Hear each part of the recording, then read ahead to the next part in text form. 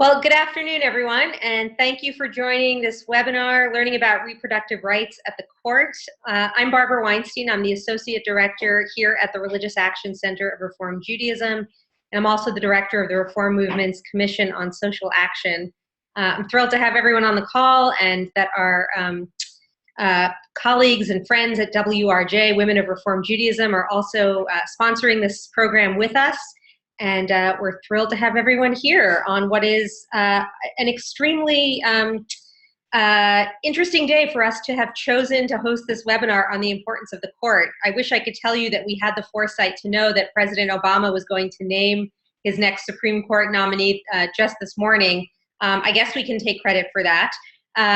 But it is a particularly important day now that a nominee has been named, although we have not taken a position for or against the Merrick Garland, Judge Garland. We have called on the Senate as a reform movement to fulfill its constitutional duty of advice and consent. And we hope that they'll do so quickly so that we can have a full complement of sitting justices on the Supreme Court.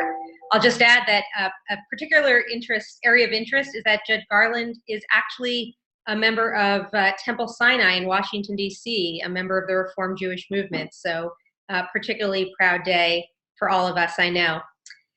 On your screen right now, you'll see some of the very exciting technical information that'll help you navigate through the webinar. You can join by computer or by phone. There are ways for you to ask questions during the Q&A period that'll come at the end of the program.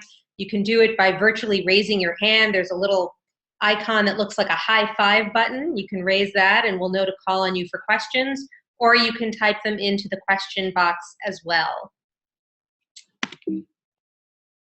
So again, just welcome for all of you who've joined. I'm Barbara Weinstein, and the purpose of the webinar is really to shed some light on the cases of particular importance to us that are at the Supreme Court this term around the issue of reproductive rights. We often talk about the courts, the importance of the courts generally, and we have it from one of the earliest authorities in the Torah, where we see Moses' father-in-law, Jethro, telling him that he should not be the sole leader of the people, but that he should have the help of judges, choosing from among the people wise men. We'll extrapolate that for our 2016 ears to wise people who can help him guide and judge the people on the most difficult of issues. And those principles of choosing capable, trustworthy leaders as judges remain as true today as they were in biblical times. And another reason why it's so important that the Senate act quickly to consider the nomination of Judge Garland to the Supreme Court. We've seen time and again over the decades and centuries, really, the impact of the court to shape so many aspects of our lives, and particularly as a reform movement that understands the importance of advocacy around the issues we care about, whether it is reproductive rights or equal pay, campaign finance reform, the environment, labor issues, or really any other issue that you can think of. We not only lift our voices around particular pieces of legislation, but we've seen the unique impact the court has to shape our nation and indeed the world around those issues as well. Just a little over a month ago, the Supreme Court put a hold on the Clean Power Plan, which is President Obama's plan to reduce carbon emissions that'll have an impact on climate change in the United States, of course, but certainly around the world. And in one decision, the court was able to put a hold on that plan. Of course, more narrowly to the topic of this particular call, we've seen, starting with the Roe v. Wade decision, how the Supreme Court has kind of expanded or narrowed women's access to reproductive rights and reproductive health care. And we know the two cases that we're going to be hearing from our panelists today, Whole Women's Health versus Hellerstedt and Zubik v. Burwell, have further implications for women's reproductive health and rights. And of course, as we all are inundated with the campaign season well underway, we know that the Supreme Court's decision around campaign finance reform has really expanded the already pernicious influence of money in politics and is really reshaping the electoral landscape by sending essentially unlimited streams of money into the election forum. So in so many ways, the Supreme Court has an impact on every aspect really of our lives as Americans and really as global citizens. The two issues we're going to talk about today relate again specifically to women's reproductive rights and health. And for that reason, I'm so pleased that we're joining together with Women of Reform Judaism to host this webinar. And in so many ways, we work together on these issues from the public policy side of things on legislation, but also on the amicus briefs that we submit as a movement to the Supreme Court, sharing with them our views on particular cases. We have weighed in on both the cases we're going to be talking about today through briefs that were drafted by the National Women's Law Center, the Religious Institute, and American Jewish Committee. And you'll have an opportunity in a few minutes to hear more in depth about both of those cases. But for now, I'm really pleased to turn the webinar over to my friend and colleague, Julia Weinstein. No relation, but a very good last name nonetheless. Julia is the Vice President for Advocacy of Women of Reform Judaism and a member of University Synagogue in Los Angeles. And I am thrilled to turn the webinar over to her. Julia, it's all yours. Thank you, Barbara. We're going to begin our discussion today by talking about the case Whole Women's Health versus Hellerstedt, which is focused on access to abortion. But first, a little background.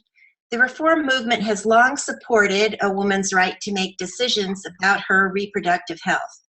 The Union for Reform Judaism, the Central Conference of American Rabbis, and Women of Reform Judaism first passed resolutions in the 1960s and 1970s urging an end to all restrictions on reproductive rights.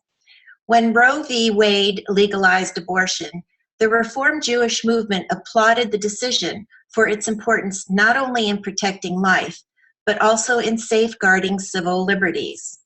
As a progressive faith voice in the United States, the Reform movement believes that it is important that our country not govern with ideals that only represent the beliefs of certain religious groups. Judaism emphasizes the sanctity and primary value of human life. Women are commanded to care for the health and well-being of their bodies above all else. Banning abortions, which are potentially life-saving medical procedures, runs contrary to the Jewish commandment to protect life.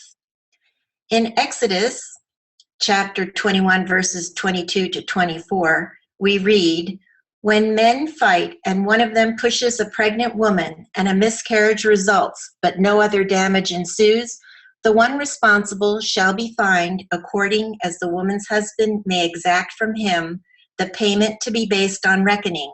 But if other damages ensue, the penalty shall be life for life, eye for eye."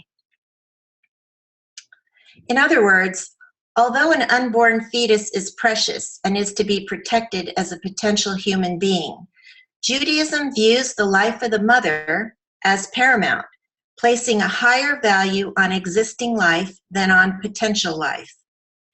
Now, to explain Whole Women's Health, we will be hearing from Rachel Easter. Rachel is a fellow with the Reproductive Rights and Health team at the National Women's Law Center, where she focuses on protecting and expanding access to reproductive health care in the United States. She joined NWLC in September 2014 as a Women's Law and Public Policy Fellow, having interned at NWLC and the Center for Reproductive Rights during law school. Rachel is a graduate of Stanford Law School, where she was a member of the International Human Rights Clinic and Law Students for Reproductive Justice, and she's also a graduate of the University of Virginia. Thank you, Rachel, for joining us today. Thanks so much, Julia. So as Julia said, I'm going to give an introduction to Whole Women's Health v. Hellerstedt. And just to clear up a little bit of confusion for some advocates, you may have seen this case referred to as Whole Women's Health v. Cole or Whole Women's Health v. Lakey. All the same case, it's just the changing Texas politician's name. So I'm going to talk about sort of the trend towards more restrictions, brief history of the constitutional right, the specifics of the law at issue in this case, the consequences of the case for women in Texas, and what we see as the outcome. So the next slide. The central issue in this case is really the question of how far can states go in their attempts to make it more difficult, if not impossible, for women to access their right to abortion. And we can talk a little bit about the constitutional history of that right on the next slide, please.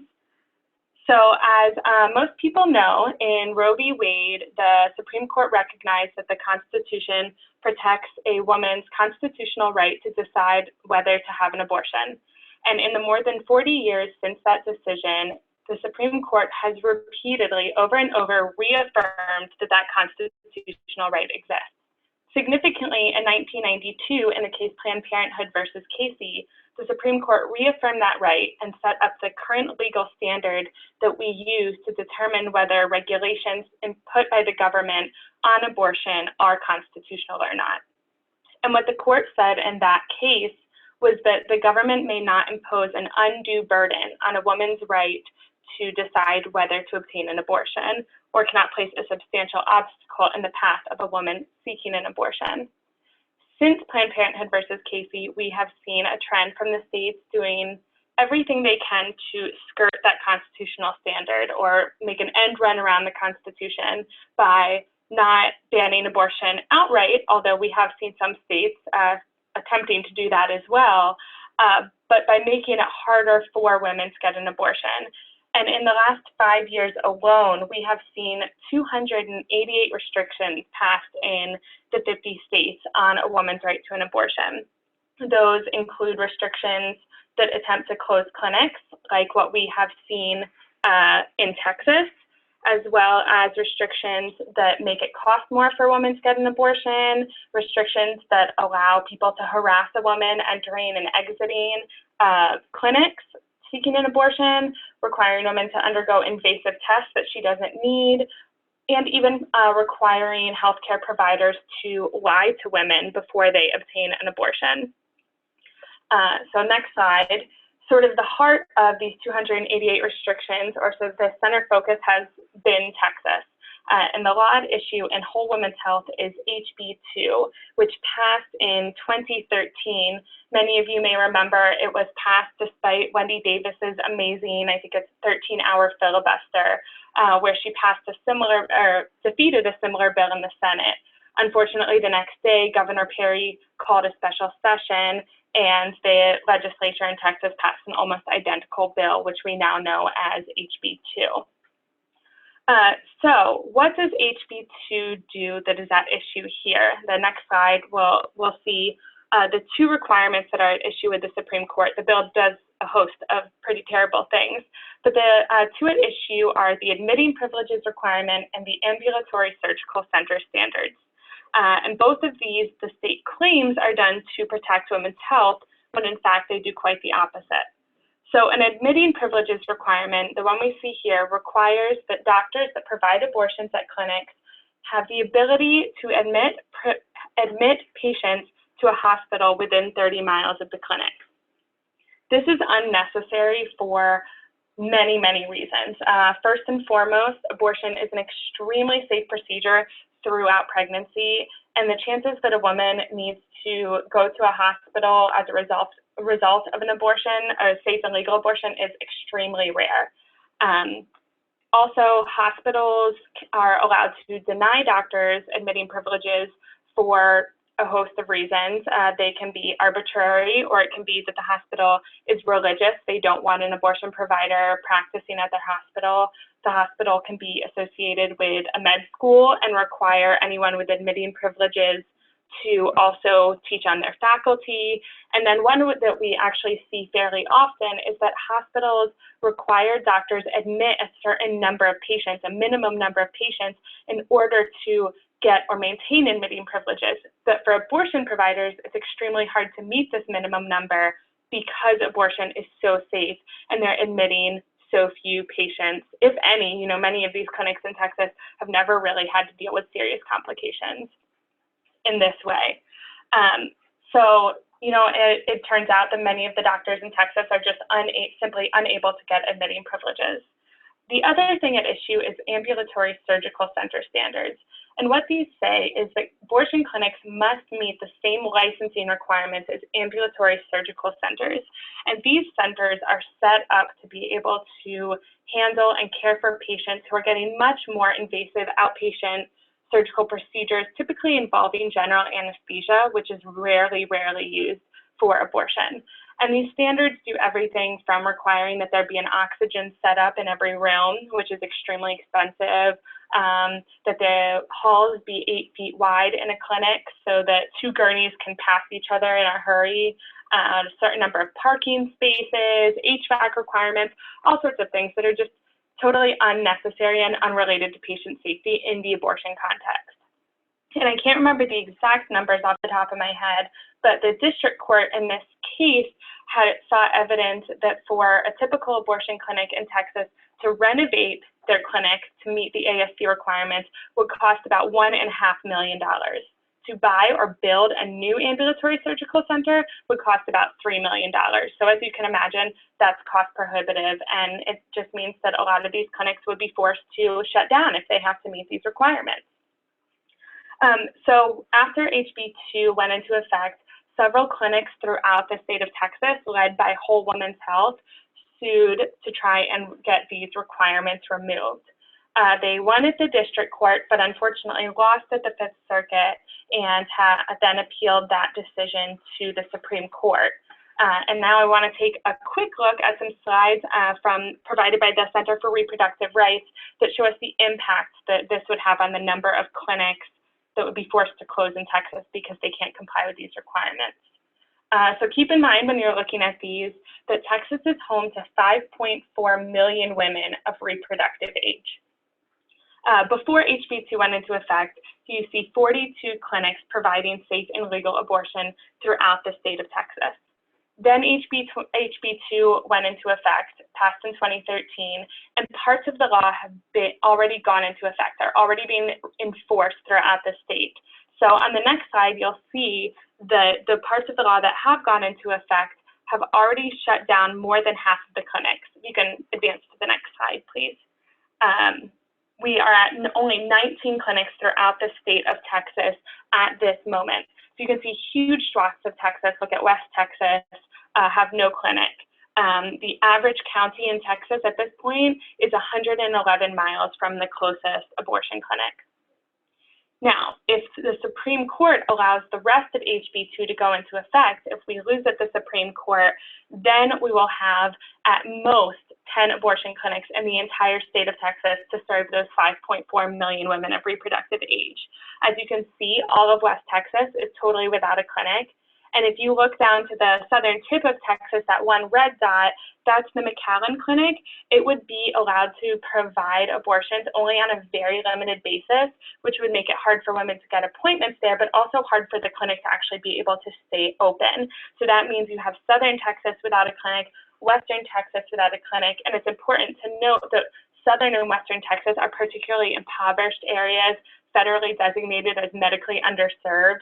So these are the women who are most in need of these clinics, which all provide many services in addition to abortion, but also most unable to afford and overcome the barriers of getting to the remaining 10 clinics in Texas.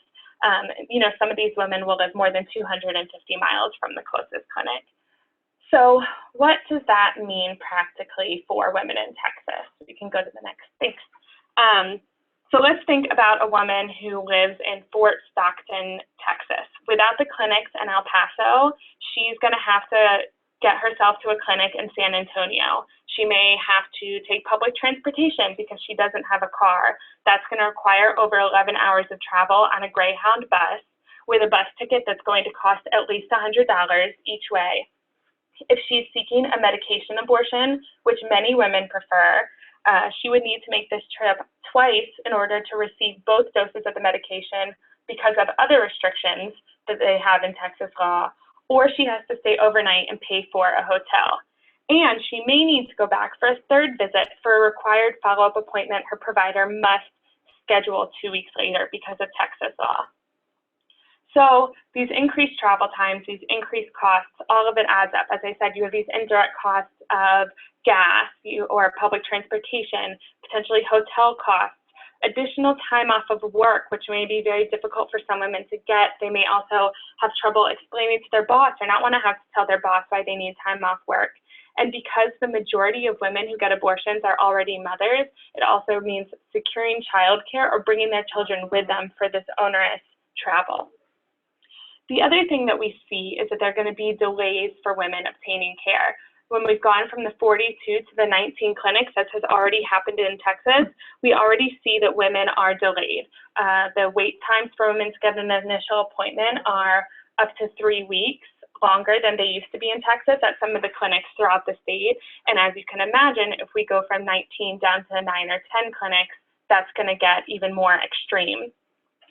The problem with this delay, of course, is not only that women should be able to get the care they need when they need it, but that abortion, while safe throughout pregnancy, does get riskier with each week of pregnancy, and it becomes more expensive with each week of pregnancy. And at some point, a woman who wants a medication abortion is going to be timed out of that medication abortion and forced to get a surgical abortion, which many women don't want because it's more invasive, less private, and more costly. Disproportionately, the women who get abortion are already poor.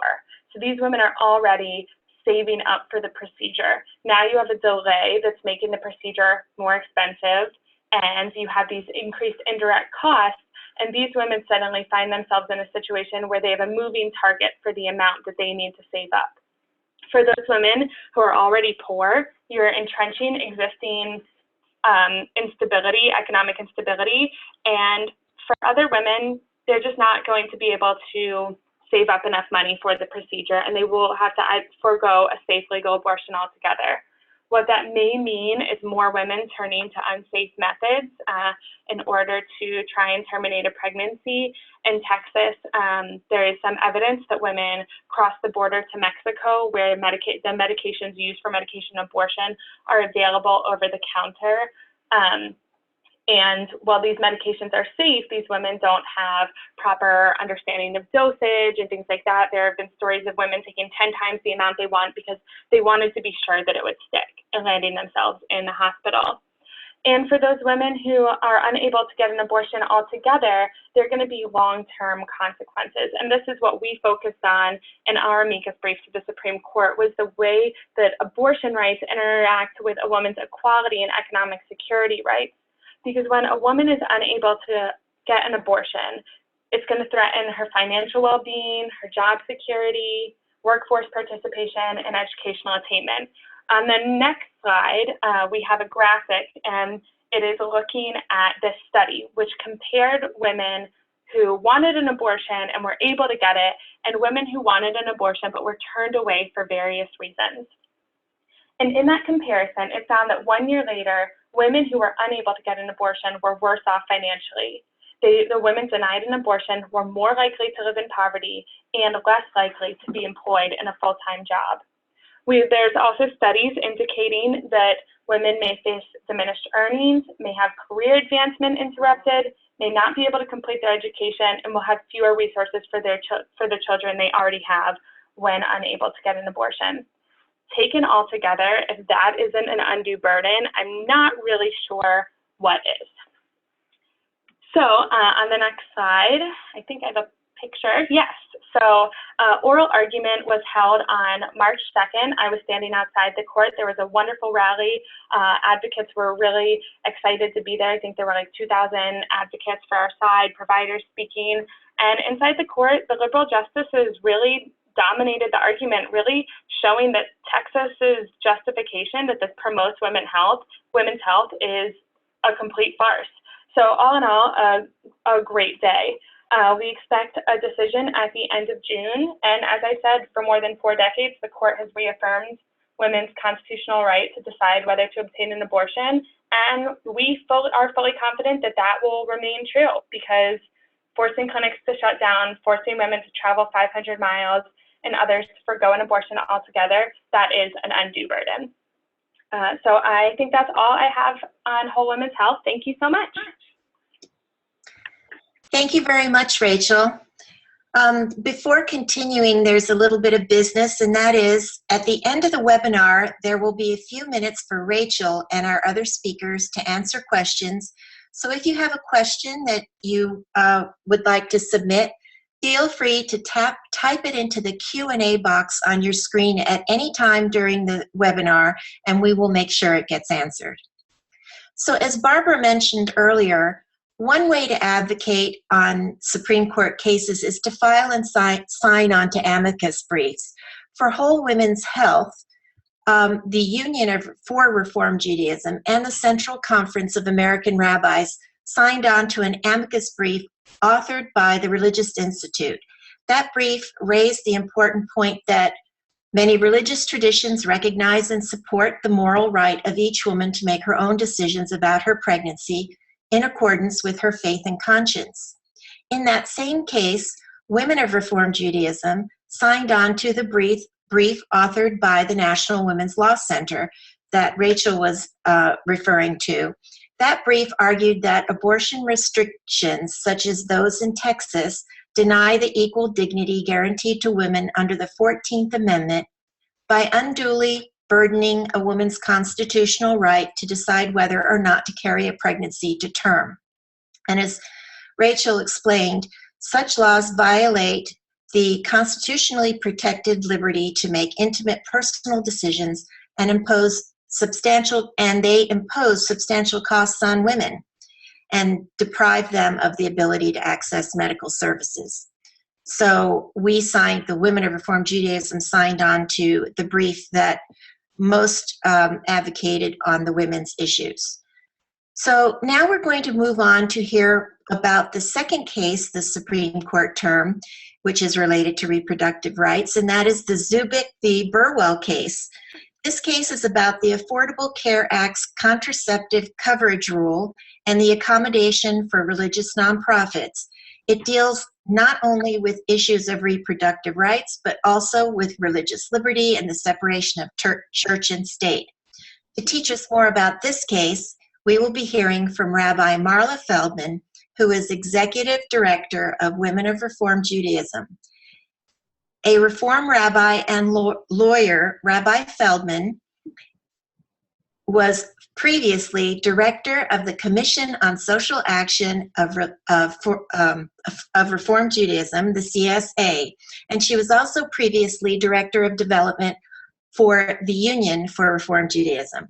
She received her JD degree from the University of Florida, and she is a member of the Florida Bar. She was ordained at the Hebrew Union College Jewish Institute of Religion. Marla? Thank you, Julia. I'd like to begin with a little bit of background on the Zubik case. As Julia said, it is about the Affordable Care Act contraception mandate.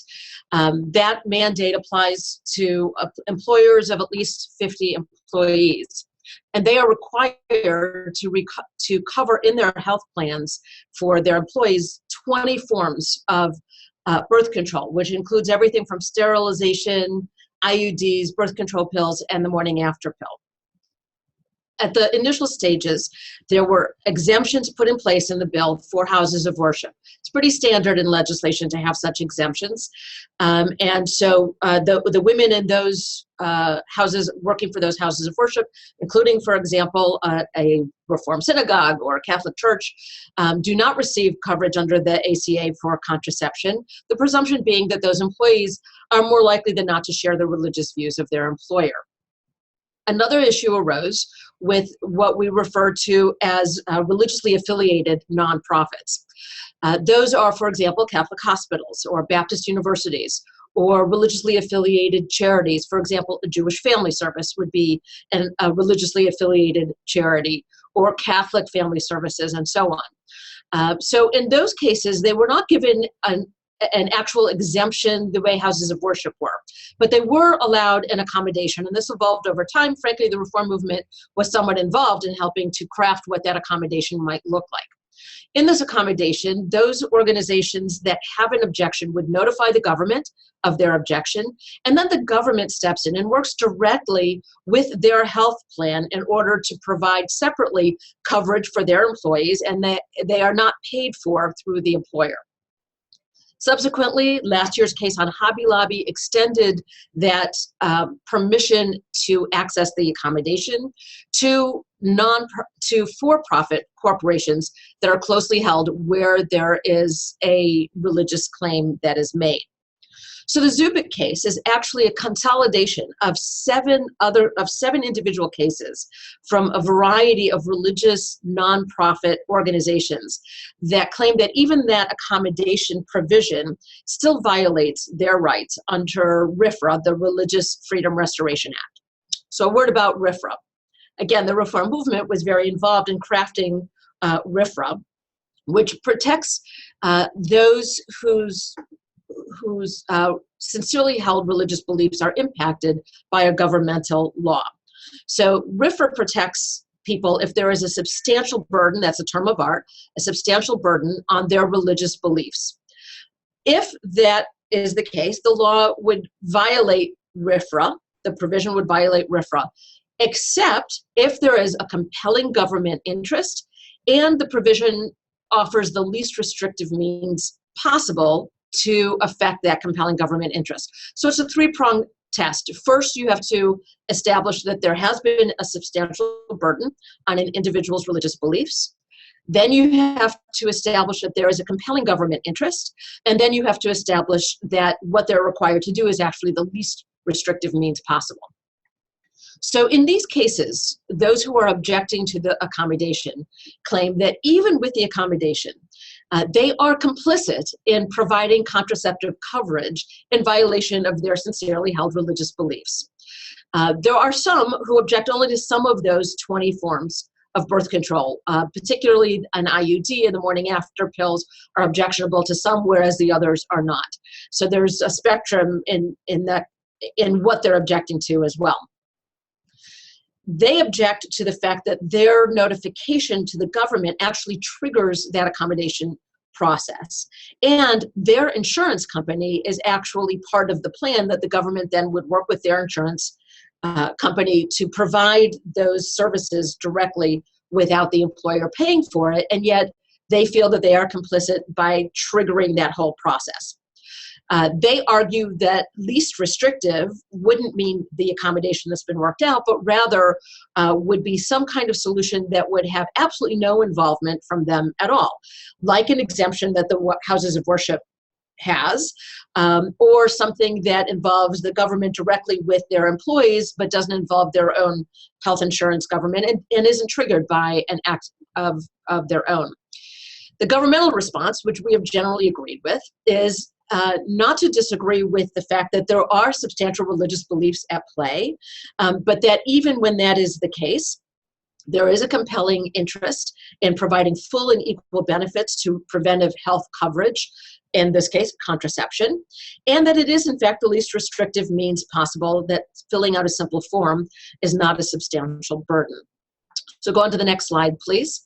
What's happening right now in these cases is that up until recently, the lower courts have generally agreed with the governmental position and our position that the accommodation does not constitute a substantial burden, or even if it is a substantial burden, the other two prongs are satisfied and contraception coverage is in fact a compelling government interest, and the notification provision is the least compelling means.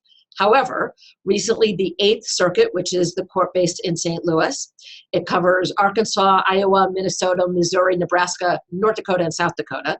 That circuit ruled differently. So when you have a split among the circuits, which you now have in these cluster of cases, the Supreme Court steps in to reconcile and issue a ruling once and for all that would cover all of the districts. So the court accepted the case by consolidating 7 of these cases, including the one that was the outlier, to rule on them all together. And they will be addressing those overarching questions. The first question being, does the Affordable Care Act, and particularly the contraception coverage, violate RFRA by implicating the substantial substantial religious beliefs of those employers? Does that provision of 20 forms of contraception constitute a substantial burden?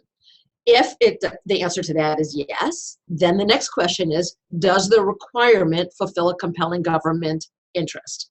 If the answer to that is yes, then they will look at the question, is that accommodation plan structured as the least restrictive means? So next slide. What is at stake, I think is pretty clear, and you heard about it in the prior case as well. Access to contraception for thousands of women who work for these religiously affiliated hospitals and universities and charities are all at stake. And now, since Hobby Lobby, that's also been extended to closely held corporations that may not want to provide that coverage to their employees. So their access to contraception services is at risk. Religious freedom is also implicated because these cases have come under RFRA. The claim is that the religious rights of the employers should trump the religious rights of their employees. We don't think that's the case, and so we've been arguing in the cases that we've signed on to, we've joined those arguments that say that the individual employees have a right to their religious freedom as well, and they have a right to that coverage if it doesn't violate their religious beliefs. As Julia noted, in terms of what Judaism teaches, it does teach that as a general principle, we are required to provide health care. The Reform movement has always understood that to include reproductive health care, including contraception, as standard health practice included within that mandate under Jewish law. We've also always held the belief that women should have autonomy over their own healthcare decisions, and that access to those services is a right just like any other aspect of health coverage. We have a longstanding history of supporting the separation of church and state, religious freedom, and women's health. These cases force us to balance out those various claims. As I mentioned, we played a key role in passing the Religious Freedom Restoration Act in the 1990s. At the time, it was designed to protect religious liberty of individuals in the face of government intrusions. As a minority faith tradition, that principle has been very important to our ability to thrive in American society. That being said, we believe that the Affordable Care Act and the accommodation for religious nonprofits wisely and delicately balances religious liberty with a woman's right to make her own healthcare decisions. As Julia said, filing amicus briefs is a form of our advocacy. And just as we did in the other case, the reform movement split to support different amicus briefs that made different arguments so we could be on record with those various arguments. So the URJ and the CCIR signed on to a brief that was authored by the American Jewish Committee. And that brief deals with the question of substantial burden. The brief argues that the lower courts correctly held that the 6 out of the 7 correctly held that the opt-out accommodation of the Affordable Care Act contraception mandate, even if contrary to the beliefs of the religious nonprofits, does not substantially burden their religious exercise. And therefore, it does not require going to those second questions of whether there's a compelling interest, and if so, if it's the least restrictive means. So their claim is that that we share, is that filling out that form is not a substantial burden. WRJ signed on to a brief authored by the National Women's Law Center, which does look at that government compelling interest standard and argues that if we are reaching that question, that in fact providing contraception services is a compelling interest of the government, and that in fact the accommodation is the least restrictive means available. It also argues that alternatives to the accommodation would impede that compelling interest of public health and gender equality and would burden women who need contraceptive coverage. So the next slide, please. What's next? The oral argument for this case will be exactly in a week on March 23rd, with a decision expected in June, probably right around the same time as the other case. The question, as Barbara mentioned at the very beginning, we have a court now of 8 individuals. So what happens with 8 if there is a split? In that case, if there is a 4-4 split, then the lower court rulings would hold. And that means that in the 7 cases where the ruling went in favor of the government, which supports our view, those cases would stand. And in the 8th Circuit, where they came to a different conclusion, in that circuit, different rules would apply. And so there would be a variation from one judicial district to another and how these cases are viewed under RFRA. So that's not a particularly tenable situation for our country to be in, but that is in fact what would happen if there was a split. So I'm going to stop there now and turn it over to Tracy to handle any questions that you may have. Great, thank you so much, Marla, and to all of our presenters. We're going to take the next few minutes to answer your questions about any of the cases that we've spoken about this afternoon. So if you haven't done so already, you can feel free to type in your question into the Q&A box on your screen. If you're on the phone, I'm pretty sure that we'll have an opportunity to hear your questions as well. You can press *6 to unmute yourself if you do have a question.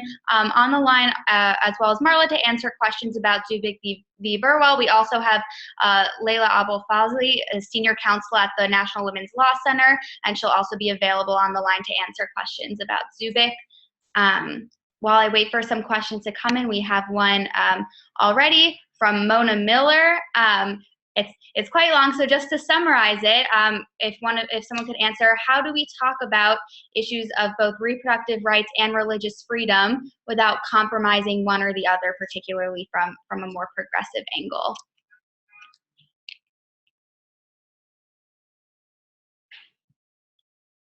I'll take a stab at it. It's a dance, and it's not easy. And in fact, we're somewhat at the eye of that storm. We worked very hard to pass RFRA because we believe in religious rights, and we know how important it is, particularly as a minority faith tradition, that we respect those rights. And sometimes the government comes up with a rule that it thinks is generally applicable, and yet it has an impact on minority faith traditions that may not be anticipated. When we worked on that, it never occurred to us that it would be used for the purposes that it's being used for today. And so there are competing values at stake. There are civil rights at stake. There's women's rights at stake, reproductive rights at stake, the right to birth control. So that's where the dance comes in. There's a balance. The courts exist to wrestle with how to rule in developing the right way to balance out these competing interests. So when the accommodation for religiously affiliated organizations was first being discussed, the Religious Action Center, and particularly Rabbi David Saperstein, played a very key role in those debates in helping articulate how do we meet the sincerely held religious beliefs of these organizations and still make sure that those employees had access to contraception. And so the accommodation we thought was a rather elegant solution. Apparently it doesn't satisfy everyone's concerns.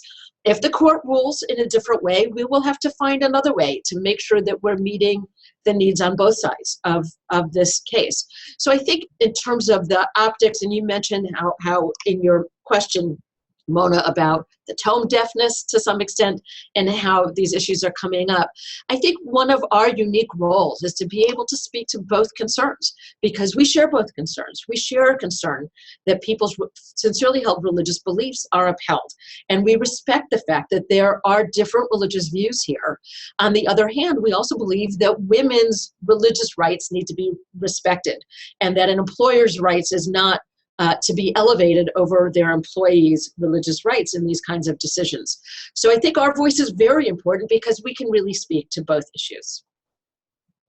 Great, thank you so much, Marla, for answering that question. We have one more that came in from Deborah Caden, and she wanted to know, are there any other pending cases before the Supreme Court that will have an impact on birth control provision of the Affordable Care Act or on abortion?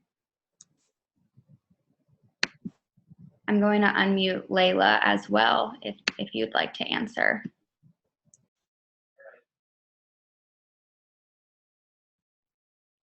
Or Rachel, you can answer as well.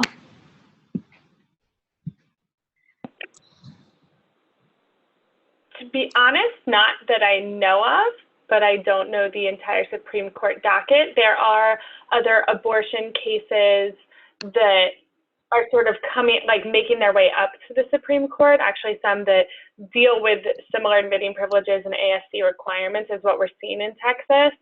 So if for some reason the court doesn't deal with Texas now, they are going to confront the same question at some point, but those are not yet, there was actually another that had asked for Supreme Court review at the same time as Texas, and they said, no, we're going to leave that to the side and think about Texas. And there are others that are, close to the stage where they might ask the Supreme Court for review, should we not get a clear answer out of this case. Yeah, I would add that while the Zubik case actually consolidated 7 of the cases, there are many others. So depending on how the court rules, it will either sweep up those others that are pending or not. So there are dozens of cases pending that raise RFRA claims and other claims having to do with that. They just haven't percolated their way up, or they haven't been accepted yet by the Supreme Court. Great. Thank you, Rachel and Marla. And seeing as we have no other questions, we're going to move on to one last slide. Just to let you know how you can stay involved and informed about these cases and about the work that both the RAC and WRJ are doing. So you can keep up with us and our writing on the Supreme Court by going to rac.org/blog, or by going and visiting WRJ's blog, which the address is on the screen, but it's blogs.rj.org/WRJ. And you can also find that by going to WRJ's webpage. Also, you can visit the National Women's Law Center's website. We had Rachel on the webinar today talking about Whole Women's Health v. Hellerstedt, and they have some great resources and materials on their website as well, and that's on the PowerPoint, but it's nwlc.org. And you could also share your knowledge. A recording of this webinar will be available to you, will be emailed out to anyone that registered for the webinar, and you can feel free to share that with your friends, family, and colleagues, anyone that you think would be interested in these issues. And the recording will also be available in the tent on Yammer, both on URJ's Yammer and on WRJ's Yammer in the advocacy group. That'll be available by the end of this week. And with that, I'm just going to thank all of our presenters, again, all of our panelists. We really appreciate your help today. And thank you for learning with us, everyone.